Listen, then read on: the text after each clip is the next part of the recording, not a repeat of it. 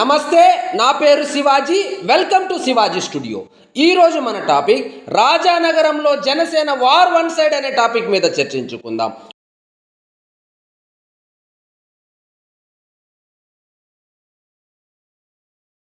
Rajahmundry parliament పరిధిలోని Rajanagaram assembly నియోజకవర్గంలో వచ్చే ఎన్నికల్లో ఎవరు గెలిచే అవకాశం ఉందో పొలిటికల్ ప్రాబిలిటీ ఒకసారి చూద్దాం.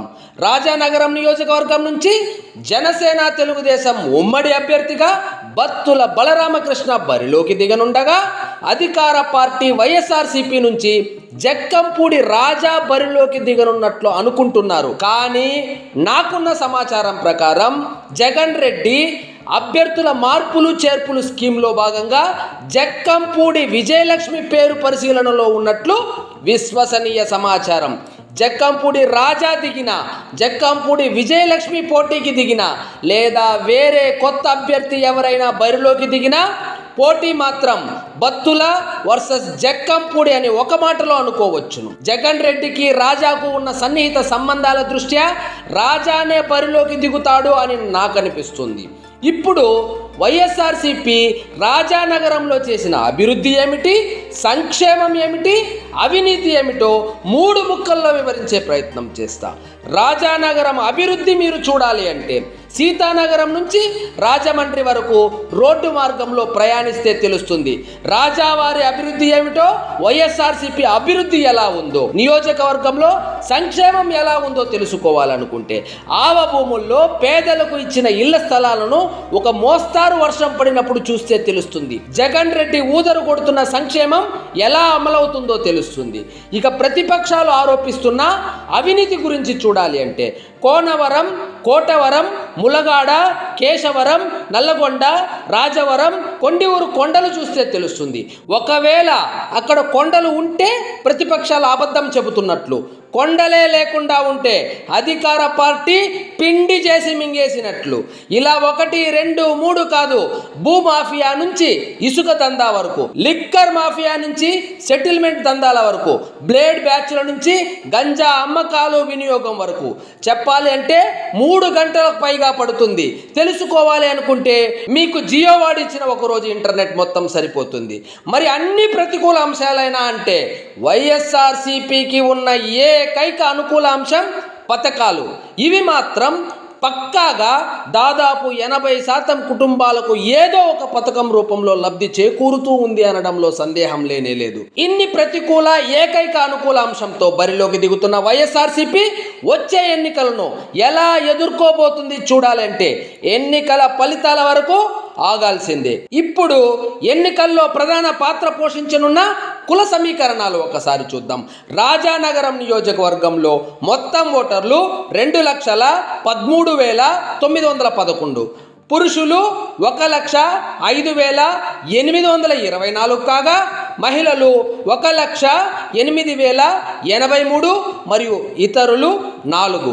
ఈ నియోజకవర్గంలో గెలుపు ఓటమిని ప్రభావితం చేసే కాపులు దాదాపుగా 50,000 ఓటింగ్తో మొదటి స్థానంలో ఉండగా ఎస్సీ సామాజిక వర్గం 43,000, అంటే ఇందులో మాల సామాజిక వర్గం 28,000 కాగా మాదిగ సామాజిక వర్గం దాదాపు 15,000 ఉన్నట్లు సమాచారం. శెట్టి బలిజలు దాదాపుగా 28,000 ఓటింగ్తో 3వ స్థానంలో ఉన్నారు.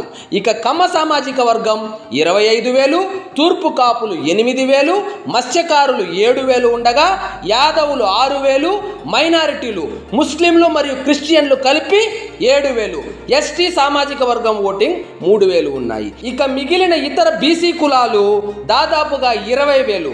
ఇందులో గవరలు, రజకులు, నాయి బ్రాహ్మణులు అధిక శాతం ఉండగా ఇతర ఓసీలు దాదాపుగా 17,000.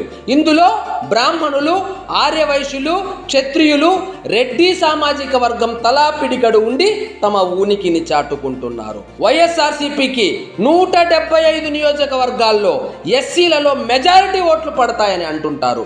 కానీ ఈ నియోజకవర్గంలో రాజా ప్రవర్తన, రాజా సోదరుడి ఆగడాలు, ఎమ్మెల్సీ అనంతబాబుతో దోస్తీ, రాజా అనుచరుల దళితుల శిరోముండలం లాంటి అంశాలు సాంప్రదాయ ఎస్సీ సామాజిక వర్గ ఓటర్లను వైఎస్ఆర్సీపీకి దూరం చేశాయి అని చెప్పవచ్చు. 2019 ఎన్నికల్లో 2014లో ఓడిపోయారు అనే సింపతి, జక్కంపూడి రామ్మోహన్ రావు మీద ఉన్న అభిమానము, ఎదురుగా కమ్మ సామాజిక వర్గం అభ్యర్థి ప్రధాన ప్రత్యర్థిగా ఉండడం చేత నియోజకవర్గంలోని గెలుపోటమిని ప్రభావితం చేయగలిగిన కాపులు రాజాకు బ్రహ్మరథం పట్టారు. ఈసారి సీన్ రివర్స్ అయ్యింది.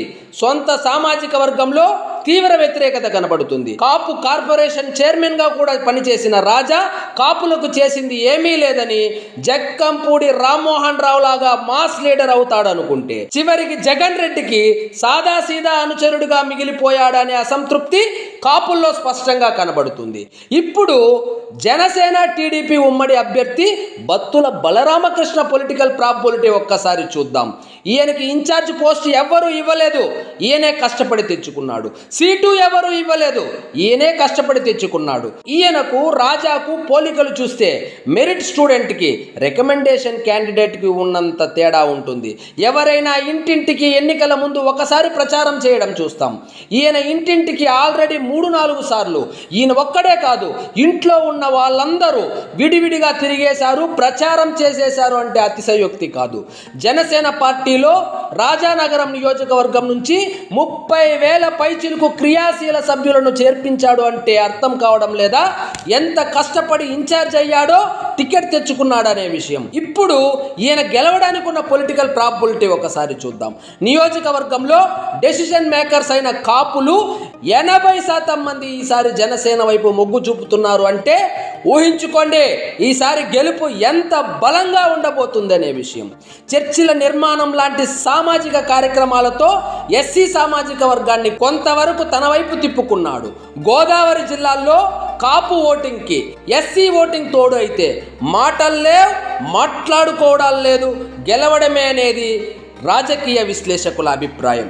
అన్నింటికన్నా ప్రధానంగా టీడీపీతో పొత్తు రాజానగరంలో ఈయనకి బాగా కలిసి వచ్చే అంశం. టీడీపీకి ఈ నియోజకవర్గంలో చెప్పుకోదగ్గ నాయకుడు లేకపోవచ్చు, కానీ దాదాపు 40,000 పైచిలకు క్యాడర్ ఉండడంతో, ఉమ్మడి అభ్యర్థిగా బరిలోకి దిగుతుండడంతో ఈసారి వార్ వన్ సైడ్ అని చెప్పవచ్చు.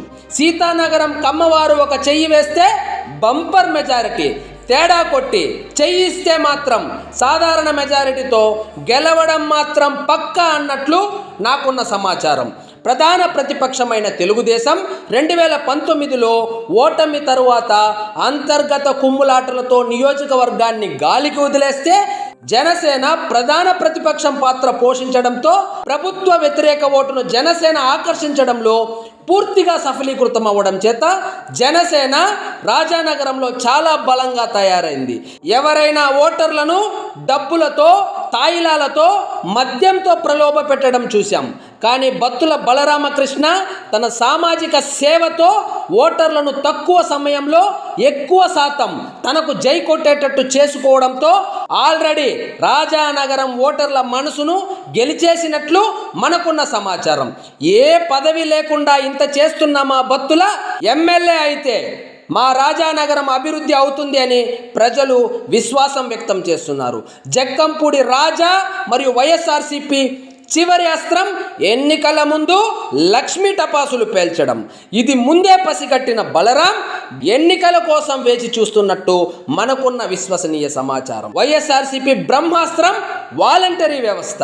ఇది వచ్చే ఎన్నికల్లో వైఎస్ఆర్సీపీని విజయ తీరాలకు చేరుస్తుంది అని జగన్ రెడ్డి నమ్ముతున్నాడు. దీనికి చెక్ పెట్టడానికి మెరికల్ లాంటి జన సైనికులను బూత్ లెవెల్ వరకు తయారు చేసుకొని ట్రైనింగ్ ఇచ్చి మరీ సిద్ధంగా ఉంచడం బత్తుల ప్రత్యేకతను చెప్పుకోవచ్చు. ఎన్నిక ఏదైనా కుల సమీకరణాలు ఎలా ఉన్నా గెలుపు ఓటమిని నిర్ణయించేది మాత్రం న్యూట్రల్ ఓటర్లు. ఈ సెక్షన్ బ్లేడ్ బ్యాచ్, గంజాయి బ్యాచ్ దెబ్బకు ఎప్పుడెప్పుడు ఎలక్షన్స్ వస్తాయా, రాజా అండ్ కోని ఎప్పుడు ఇంటికి పంపుదామా అని వేచి చూస్తున్నారు అంటే అతిశయోక్తి కానే కాదు. ఈసారి ఎన్నికల్లో న్యూట్రల్ ఓటర్లు రాజానగరం నియోజకవర్గంలో బత్తుల వైపే అని ప్రాథమిక సమాచారం. రాజమండ్రి ఎంపీ మార్గాని భరత్ అని అందరికీ తెలిసిందే. కానీ అతను శెట్టి బలిజ సామాజిక వర్గానికి చెందినవాడని, రాజానగరంలో శెట్టి బలిజల ఓటింగ్ గెలుపు ఓటమిలో ప్రధాన పాత్ర పోషిస్తుంది అనే విషయం చాలామందికి తెలియదు. ఈ రాజానగరం నియోజకవర్గం తన లోక్సభ పరిధిలో ఉండడం చేత మార్గాని భరత్ సొంత వర్గం తయారు చేసుకున్నాడు. ఆ వర్గానికి, రాజా వర్గానికి నేను పైన పేర్కొన్న 7 కొండల సాక్షిగా ఎప్పటి నుంచో ఆధిపత్య పోరు నడుస్తుంది. అంతర్గత కుమ్ములాటలో భాగంగా ఈసారి ఈ వర్గం రాజాకి వ్యతిరేకంగా పనిచేయబోతుంది అనేది గ్రౌండ్ రిపోర్ట్. ఈ అంశం బత్తులకు బాగా కలిసి వచ్చే అంశంగా చెప్పుకోవచ్చు. ఉమ్మడి గోదావరి జిల్లాల్లో జనసేన బలం పుంజుకుంది అనే వైఎస్ఆర్సీపీ వాళ్ళని అడిగినా చెబుతారు. కానీ రాజానగరంలో ఎవ్వరు ఊహించని రీతిలో పుంజుకోవడంతో ఇక బత్తుల విజయం లాంఛనమే అని నేను బల్లగుద్ది చెప్పగలను. ఇన్ని అనుకూల అంశాలు ఉన్నప్పటికీ రాజానగరం మట్టి రుచి మరిగిన జక్కంపూడి రాజా అంత సులభంగా చేతులు ఎత్తేస్తాడని నేను అనుకోవడం లేదు. సొంత తల్లికి టికెట్ ఇస్తామంటేనే జిమ్మిక్కిలు చేసి తనకు టికెట్ తెచ్చుకున్న జక్కంపూడి రాజా ఎలక్షనీరింగ్లో తోపని చెప్పుకోవచ్చు. ఈ 2 నెలలు ఏమరపాటుకు గురి కాకుండా సీతానగరంలో కమ్మవారిని కలుపుకొని పోతే 175 నియోజకవర్గాల్లో వైఎస్ఆర్సీపీ ఓడిపోయే మొట్టమొదటి సీటు రాజానగరమే. కష్టపడి ఇన్ఛార్జ్, ఇంకా కష్టపడి టికెట్ తెచ్చుకున్న బత్తుల ఇంకో 2 నెలలు ఇదే ఊపు కొనసాగిస్తే బత్తుల బలరామకృష్ణ అనే నేను అనే మాటను స్వయాన జగన్ రెడ్డి అసెంబ్లీ సాక్షిగా వినడం లాంఛనమే.